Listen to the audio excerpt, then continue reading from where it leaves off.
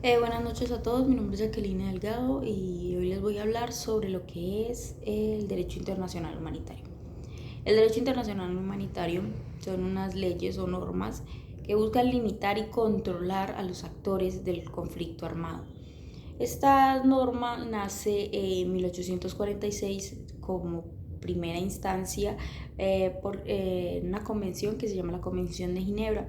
Allí se reúnen varios representantes de diferentes países, pues al ver que a lo largo de las guerras, de los combates, se evidencia mucha crueldad y falta de humanidad con respecto a las personas que no tienen nada que ver en esas guerras ni en esos conflictos. Entonces se crean estas normas para proteger y minimizar al máximo todas las daños que pueda ejercerse sobre las personas que no tienen nada que ver. Entonces, de allí se repitieron varias convenciones hasta que en 1949 ya en esta última convención pues se logra mediante al pasar de los años y de los avances tantos bélicos y de las guerras, pues se logra ya mantener y estipular unas normas básicas y también se le atribuye al derecho internacional humanitario el protocolo 1 que se basa justamente en las guerras.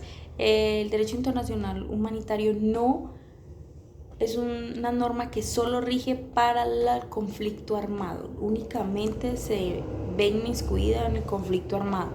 En cambio, el derecho internacional de los derechos humanos es otro que va muy de la mano, pero que tiene otro tipo de normas y está regida bajo el protocolo 2. Entonces, pues este derecho internacional humanitario tiene unos principios. Estos principios lo que hacen son decirle básicamente a los actores de la guerra qué está permitido y qué no está permitido. Entonces, en el primer principio tenemos el principio de la distinción. Este principio lo que busca es que los actores del conflicto armado, las fuerzas públicas, sepan distinguir quiénes hacen parte y quiénes están inmiscuidos de la guerra, dentro de toda esta problemática.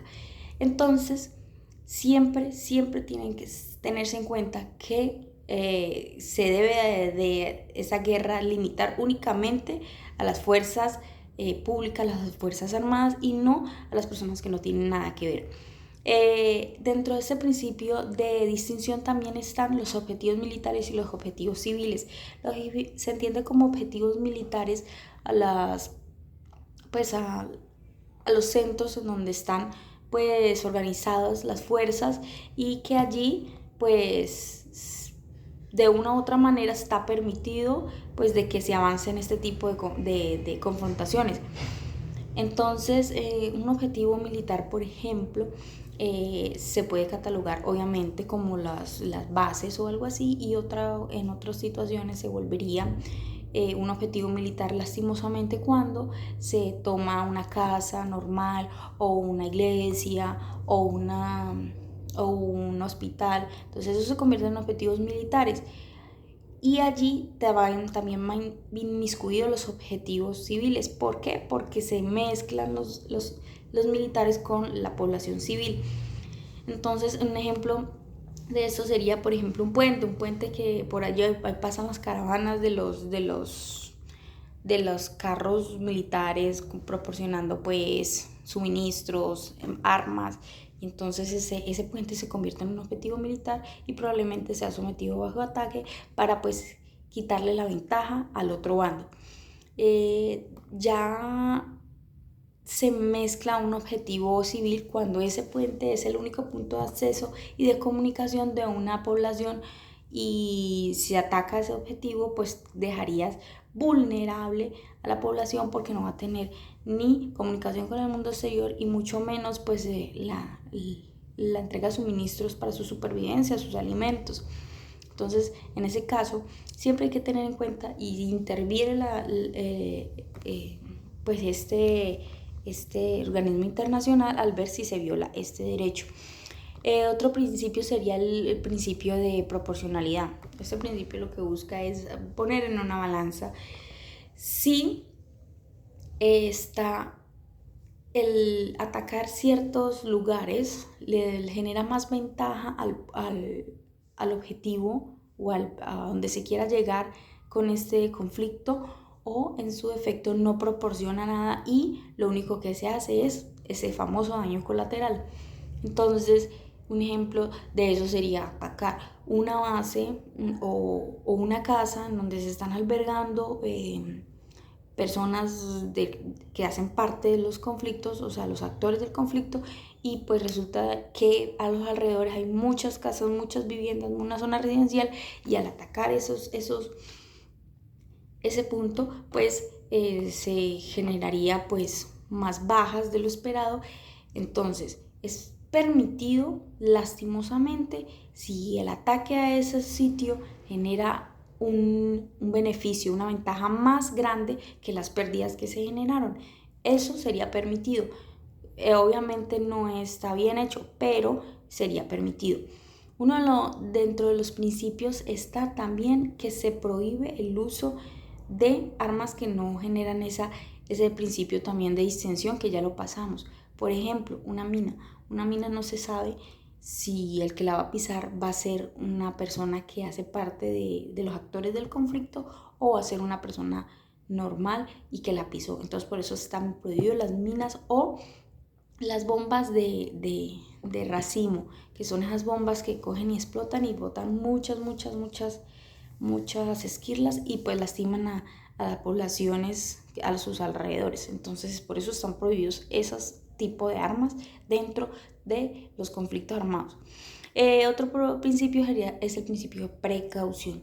Este principio lo que dice es que si al hacer el análisis de lo que se planea hacer, de ese ataque que se planea hacer, se puede prevenir de alguna manera que no se vea afectada la población civil, pues se debe de aplicar ese principio. Un ejemplo, si se va a atacar una estación de policía, un ejemplo, una estación o un comando, y ese comando está, como está cerca de un parque, pues resulta y acontece que si lo atacan, pues obviamente los lunes está lleno de gente ese parque, pero los martes no está lleno, pues lo ideal es atacar el día que no esté tan lleno, para que se pueda salvaguardar la vida de las personas que no tienen nada que ver en ese conflicto. Esos son los principios del derecho internacional humanitario: principio de distinción, principio de proporcionalidad y principio de precaución. Son importantes porque si se violan estos principios, así el derecho internacional humanitario no se meta dentro de las guerras, si se violan, están en toda la facultad de meterse en esa guerra o de hacer algo al respecto porque se han violado estos principios.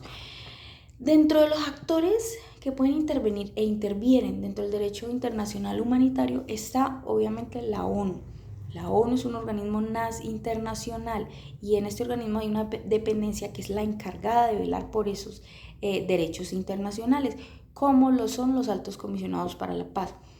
Otro ente internacional es la OEA y a su vez también la Amnistía Internacional. Estos son los entes como más destacados. Obviamente hay muchas más organizaciones, pero que son los que velan porque estos derechos sean cumplidos, estas normas sean cumplidas. Y ya a nivel nacional tenemos ya los entes territoriales, como son el gobierno, la Cruz Roja, etcétera y etcétera. Entonces, dentro de las conclusiones que podemos dar, el pacto internacional, el derecho internacional humanitario, pues es una ley que regula y que tanto la crueldad, tanto la parte humana de estos conflictos, que se velen, que se cumplan y que se protejan a las personas que no tienen nada que ver y que se ven de una u otra manera inmiscuidos dentro del conflicto armado. Entonces, muchas gracias y que tengan buena noche.